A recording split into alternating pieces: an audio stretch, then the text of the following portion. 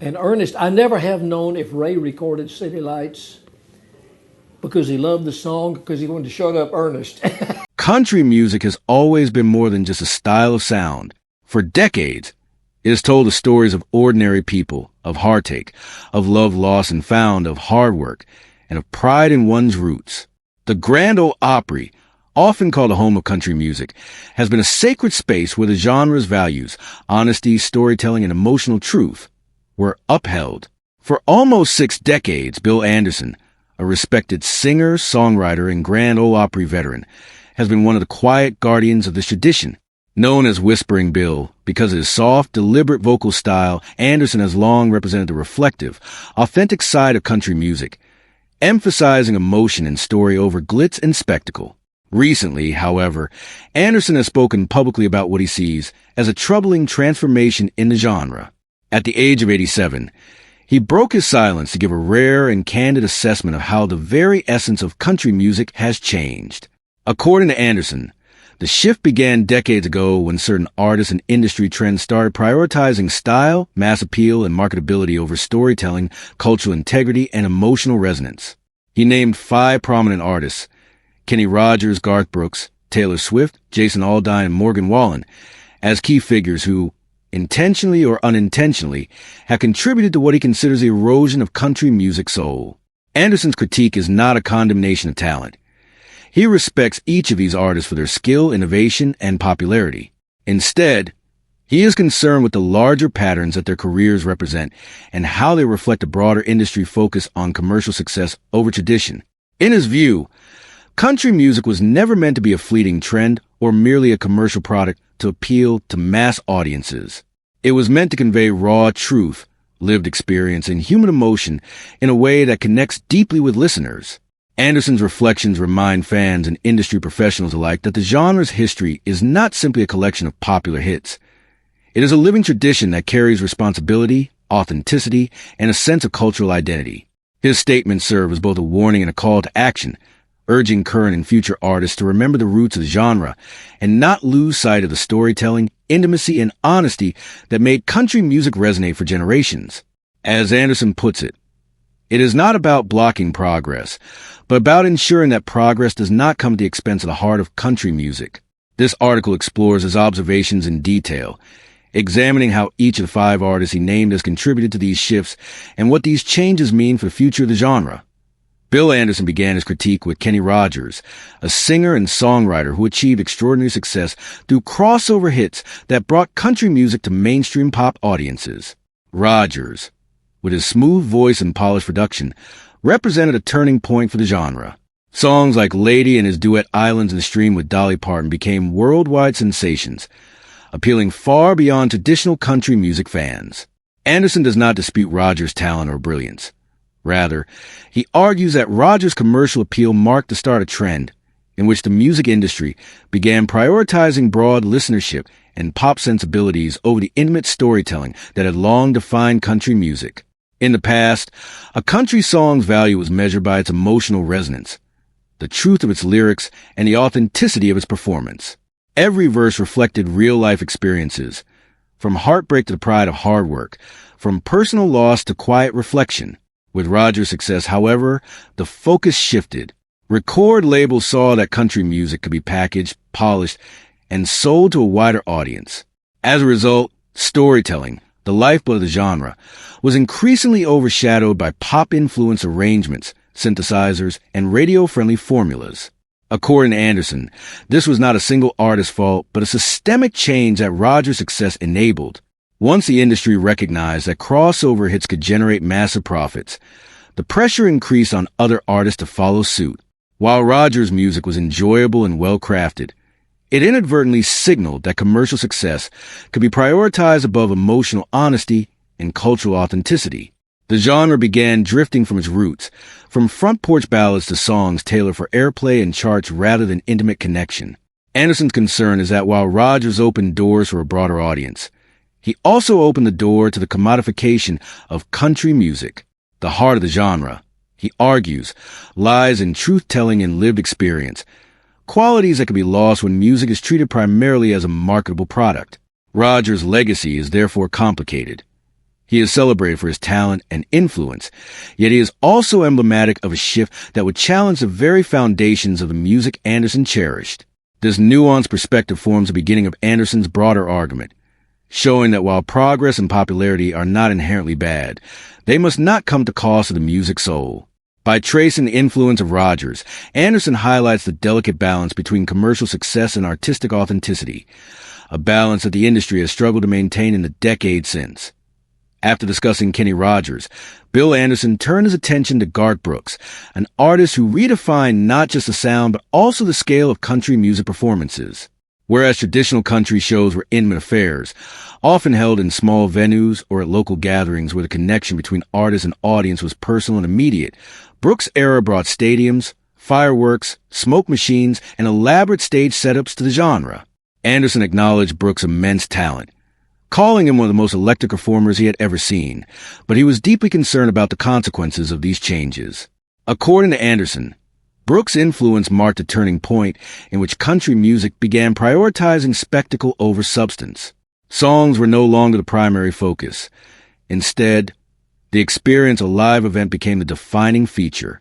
The genre shifted from heartfelt storytelling and emotional honesty to grandiose performances that were designed to impress visually and sonically. Anderson described a time when audiences would sit in silence, fully absorbing every word of a song, feeling the emotion and meaning behind each lyric. In Brooks Stadium shows, however, the energy and spectacle often drowned out the subtleties that had once been the hallmark of country music. While this evolution made country music profitable on a massive scale, Anderson worried that it also changed the expectations for artists. Younger performers entering the industry were now being trained not only to sing well, but also to entertain at the level of a pop or rock star. Their music had to fit into larger marketing strategies and stage productions, leaving less room for the intimate, authentic storytelling that defined the genre's roots. Anderson saw Brooks' impact as a cultural shift as much as a musical one. The focus on arenas and mass appeal created a feedback loop.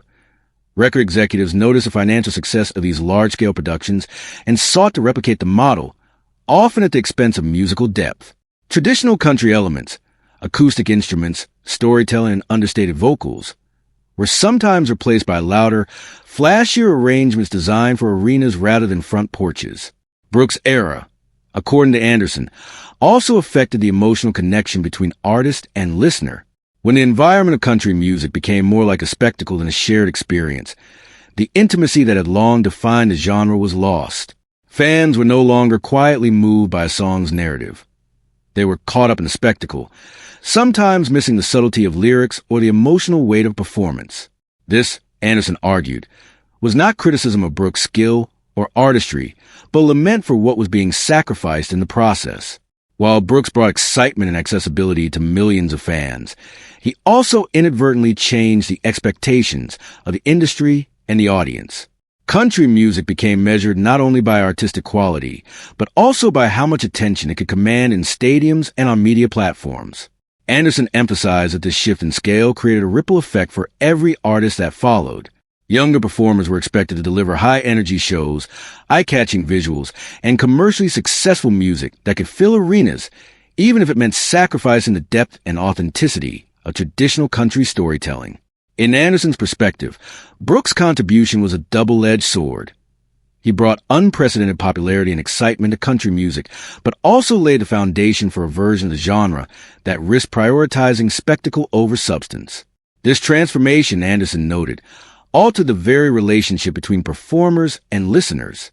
Where once a song could be a private, intimate experience shared between artist and fan, it now had to compete with lights, pyrotechnics, and other theatrical elements.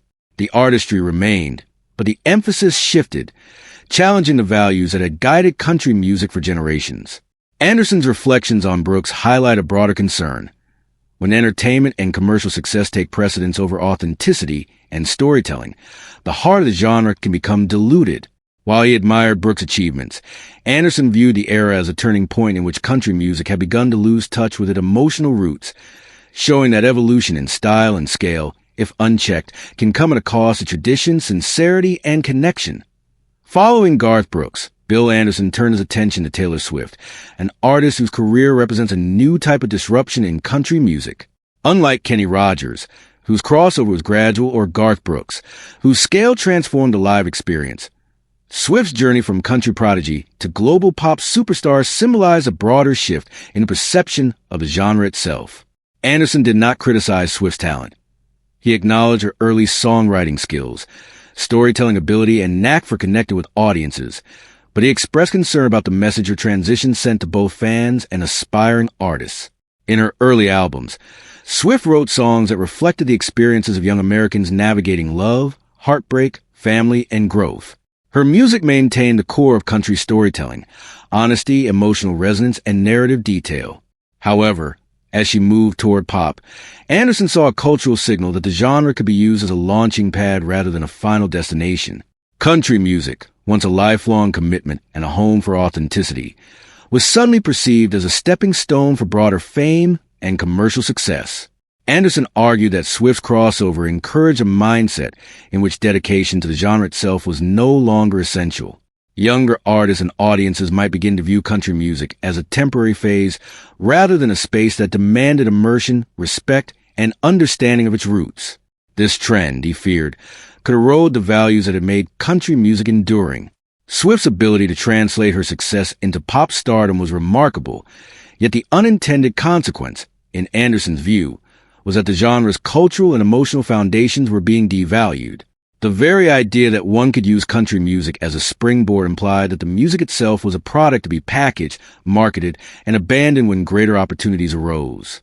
Anderson contrasted this with the traditional expectations of the Grand Ole Opry, where musicians historically dedicated their entire lives to country music, regardless of fame or recognition. For him, the genre's integrity was rooted in commitment. Artists were expected to honor its stories, its style, and its community. Swift's trajectory, though brilliant and commercially successful, challenged this principle. By crossing over into pop, she demonstrated that success could be measured by chart performance, global reach, or branding rather than by fidelity to the genre's emotional and cultural roots. Anderson's concern was not personal. He did not harbor animosity toward Swift. Instead, he saw her as a symbol of a systemic shift. Country music's boundaries were becoming more flexible, which allowed for innovation and broader audience engagement, but also threatened consistency and authenticity that had defined it for generations. For younger listeners, the risk was that they might grow up hearing a version of country music that prioritized polish, production, and mainstream appeal over narrative depth and genuine emotion. While Swift's songwriting remained strong, her departure from the genre underscored a tension between commercial strategy and cultural preservation. Anderson warned that when the genre becomes a launching pad rather than a home, the enduring values of storytelling, authenticity, and emotional honesty are put at risk. Swift's career, therefore, represents both opportunity and challenge. She brought attention and a new audience to country music, yet her transition also illustrates how easily the genre's cultural and emotional identity can be overshadowed by the pursuit of broader success. Anderson's reflections serve as a cautionary tale, emphasizing that talent and innovation should not come at the expense of the genre's core principles.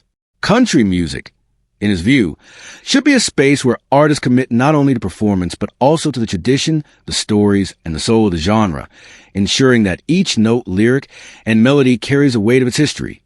After discussing Taylor Swift, Bill Anderson turned his attention to Jason Aldean, an artist who represents the era often referred to as bro country. Unlike Kenny Rogers or Garth Brooks, whose influence was largely about crossover appeal or live spectacle, or Taylor Swift, whose shift symbolized a departure from the genre, Aldean exemplified a cultural transformation from within country music itself.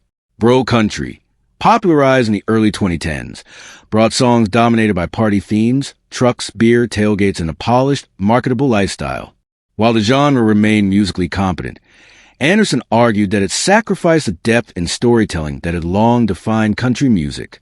Songs like Aldean's Dirt Road Anthem achieved commercial success, but, in Anderson's view, often lacked substance.